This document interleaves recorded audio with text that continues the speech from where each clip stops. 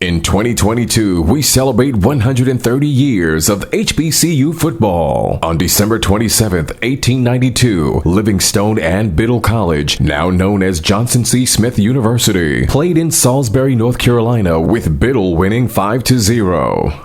Over time, HBCU football has evolved. HBCU football's popularity continues to rise. Millions attend games each year and millions more watch on television. The HBCU bands provide some of the top entertainment in the country. Over that time, some of the best players to ever play in the National Football League played at HBCUs. Every Monday through Friday on the HBCU Football Daily Podcast, national radio and television host Donal Ware takes a look at what's happening in HBCU football and talks with coaches, players, administrators, and media about the 2022 season. Make sure you join the conversation on social media by using the hashtag HBCU130. Now, here's your host, Donal Ware. You've got it locked to the HBCU Football Daily Podcast for today, Friday, August the 12th. I'm Donal Ware. It's Friday. We've come to the end of the week, and I'll tell you what, I'm looking forward to sort of a relaxing weekend in some respects. And we're going to continue to talk with some of the top collegiate football players really in the country. On yesterday, we had a chance to catch up with, of course, Abdul Fattah Ibrahim of Alabama A&M. And we're going to take things now to Orangeburg, South Carolina. And we're going to say hello to Jeblonski Green of South Carolina State. He's an All-American defensive lineman, specifically defensive end, had a phenomenal season on last year. As a matter of fact, he's this year's preseason MEAC Player of the Year. He joins us here on the HBCU Football Daily Podcast. Jeblonski, what's good, man? Man, not much. Good. Chilling. How you doing? I'm doing great, man. I appreciate you asking. How's practice been so far? It's hot down there in Orangeburg. It definitely hot, but it been very competitive.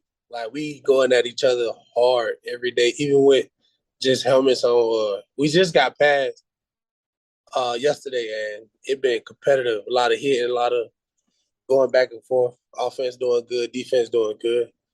So it's looking real good. Have you all shed? I am going to talk to you about. I got to talk to you about last year. Like, we got to talk about last year, right? But have you sort of shed that?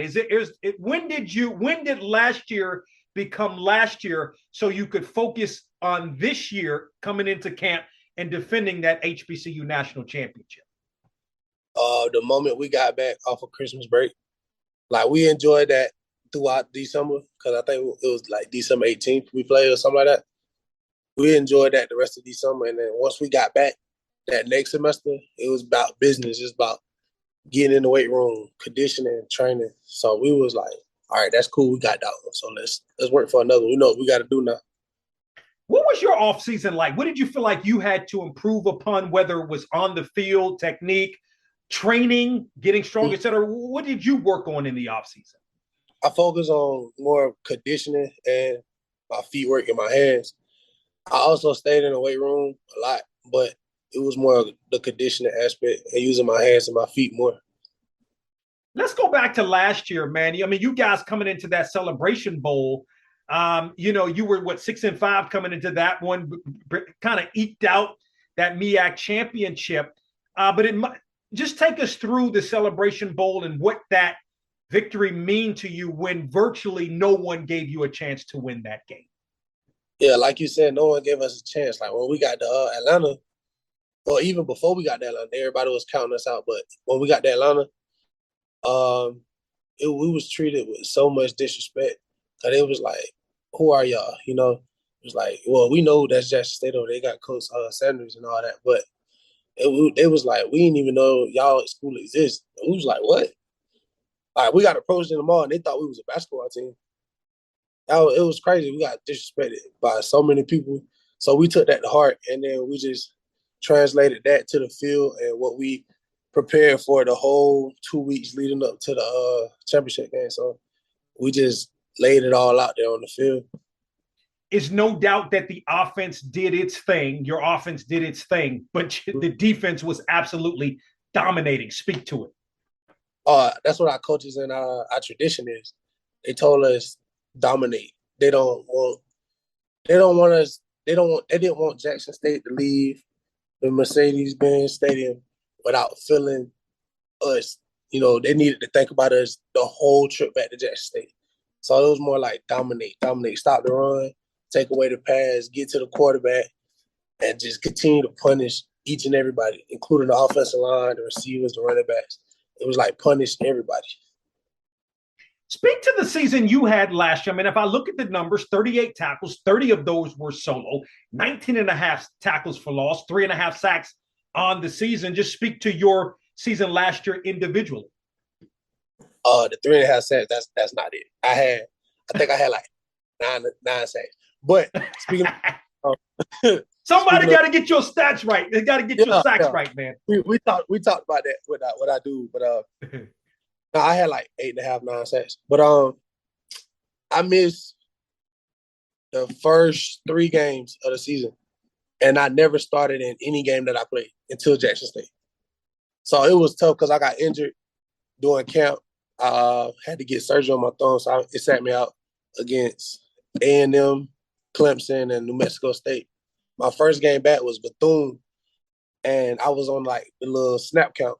So I was probably getting like 10, 15 snaps out of the whole game for like 2 games when I played Bethune and Found. So that was kind of tough for me because knowing me, I'm a competitor. I like to play whether I'm hurt or not. So that was kind of tough on my part. But I did my job as a leader, just continue to mold the young guys that was playing, like telling them what we need to do, what we need to work on, going through the playbook, going through practice, helping them with steps and reads and the key points that the offensive lineman doing, like whether it's run or pass. So I was just playing my part as a leader until it was my time to get back on the field. And once I got my chance to get back on the field, I just had to put everything that I worked for in the offseason, put it to use on the field. That the voice of Jeblonski Green, of course, defensive lineman for South Carolina State. He's a redshirt junior. He's from Lamar, South Carolina. He joins us here on the HBCU Football Daily Podcast. On the other side, you got Patrick Godbolt. But this defense, man, just speak to what this defense could be for 2022, how good it can be. It honestly and truthfully, I feel like it could be better than last year's defense. Humbly, I'm saying that in a very humble way because we did lose a lot of major people, including Jacoby Durant and Zafir Kelly and Chad Gilchrist. But we returned 9 starters. So that's going to be kind of tough. Everybody know the defense. We know what it takes to win. We know how to face adversity and get through it. So right now we just looking for like 2 more corners that got that dog in them. So we just going to continue to grind it out, find out who we really need in those places. And I'm pretty sure this year going to be kind of special because we hold each other accountable to like a real high level. Yeah, I know obviously the loss of Jacoby Durant is big, but just talk about playing with him. And of course, now, he ultimately gets drafted into the National Football League. I've been playing with Jacoby since my freshman year of high school. Me and Kobe from Lamar, South Carolina, both of us from the same city. So, I mean, playing with him since we've been kids, been crazy. Like, honestly, we've been playing together before that. We was playing in my backyard. We played football, basketball. We were raised, stuff like that. So being with him, just seeing how competitive and how talented he was just very motivating just to play alongside of him throughout high school, win a championship, and then we come to college and we do the same thing, win games, win championships. So it was real fun playing with Jacoby. You know what's interesting? Lamar. Tell me about you got to tell me something about Lamar. All I know about Lamar is almost every time South Carolina State has a kid from Lamar, that kid is really, really good. Like yourself, like Jacoby. Tell me about Lamar, man. Like y'all, it's like a factory there. Football factory. That's pretty much what it is. That is a small town population. I don't even think we got 1,000 people. We got 1 stoplight in the town. Got 2 gas stations, and we got like a little restaurant, like 2 or 3 restaurants. But that's about it. The biggest thing in that town of Lamar is the football team, the high school. Well, we support all levels, like from little league, elementary, middle school, high school. We support everybody that play all sports. But football really the main thing. And I think we had like 6 people go to the league, and I think the Kobe was number 6. I'm trying to be number 7. But that tradition weighs a lot. It's either get 8 or be 8. You know what I'm saying? So it's like you got a job to fulfill coming from Lamar. You play here, you play hard, you play fast, you play physical. You go to the next level, you do the same thing, but you up it a notch. And that's what they teach us. Like, don't be afraid of the talent and the competition level that you're about to face, because we came from a 1A. We playing 1A. We ain't playing no big 3A, 4A schools, 5A schools, like national ranked teams. We ain't playing nobody like that. So the level of competition up like 2 notches. So it was like, no matter who you play, who you face, they put on their pads how you put on your pads. Now go show them you better than them. And that's how you got to face it every day. Jeblonski Green, defensive lineman, specifically end for South Carolina State, joins us here on the program. Tell me how you ended up at South Carolina State from Lamar. I actually had no offers coming out my senior year. Like, after football season, I got my offer from South Carolina State, like the middle towards the end of basketball season. Coach Harrison had gave me a call, and it was like, they've been watching me, you know, they've been waiting to get the green light to give me the offer.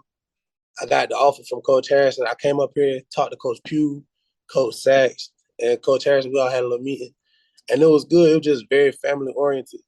And that's what I had loved, because that's why I just came from a whole family-oriented program in Lamar.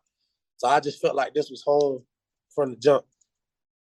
No question about it, man. You know, I was at you guys' press conference in April, and I'm looking around. I'm like, there's Robert Porcher, there's Darius Leonard. You got all these pro guys that you can lean upon. Maybe even more notably for you, a guy like a Javon Hargrave, who is more after that, but a guy that plays on the defensive line. How does it feel?